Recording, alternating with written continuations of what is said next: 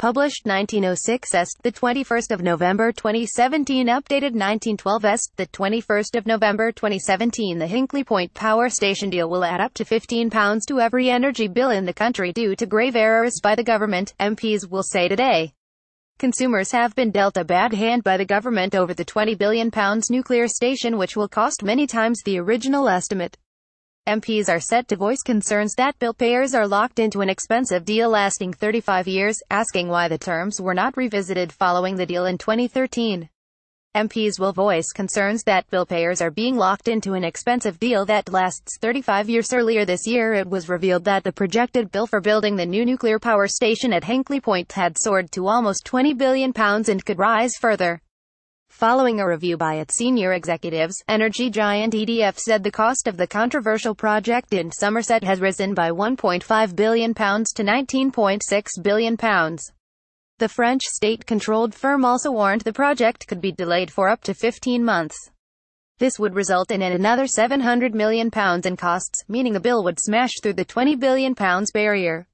It would also mean Hinkley Point C would not start delivering power to the national grid until 2027, a decade after the first start date proposed by EDF. Today, the Public Accounts Committee will say the interests of energy consumers were not being protected by the Hinkley Point C nuclear power station deal.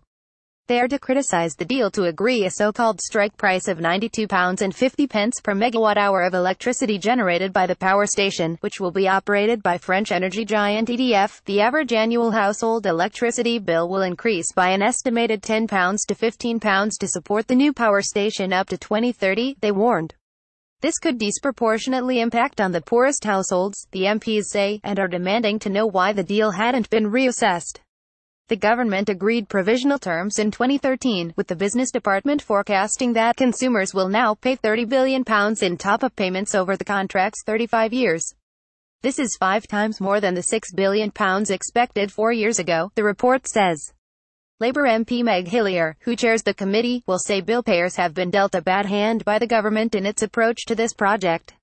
Labour MP Meg Hillier is expected to say bill payers have been dealt a bad hand by the government. Its blinkered determination to agree the Hinkley deal, regardless of changing circumstances, means that for years to come energy consumers will face costs running to many times the original estimate. The government made some grave strategic errors here and must now explain what it will do to ensure these are not repeated. She also says the government had not spelled out what UK workers and business gained from the Hinkley project.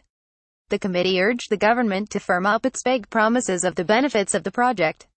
The MPs also believe there is uncertainty over whether the project will be completed on time, warning that if there is a delay, energy security would be put at risk. The other projects using the same reactor technology as Hinkley Point C in France, Finland and China have seen significant cost and schedule overruns. The report added, Brexit could also have implications for the project due to withdrawal from Euratom, the pan-European atomic energy regulator, and the risk of people with nuclear engineering and science skills moving abroad. EDF is funding 2/3 of the plant, which is expected to create more than 25,000 jobs, with China investing the rest.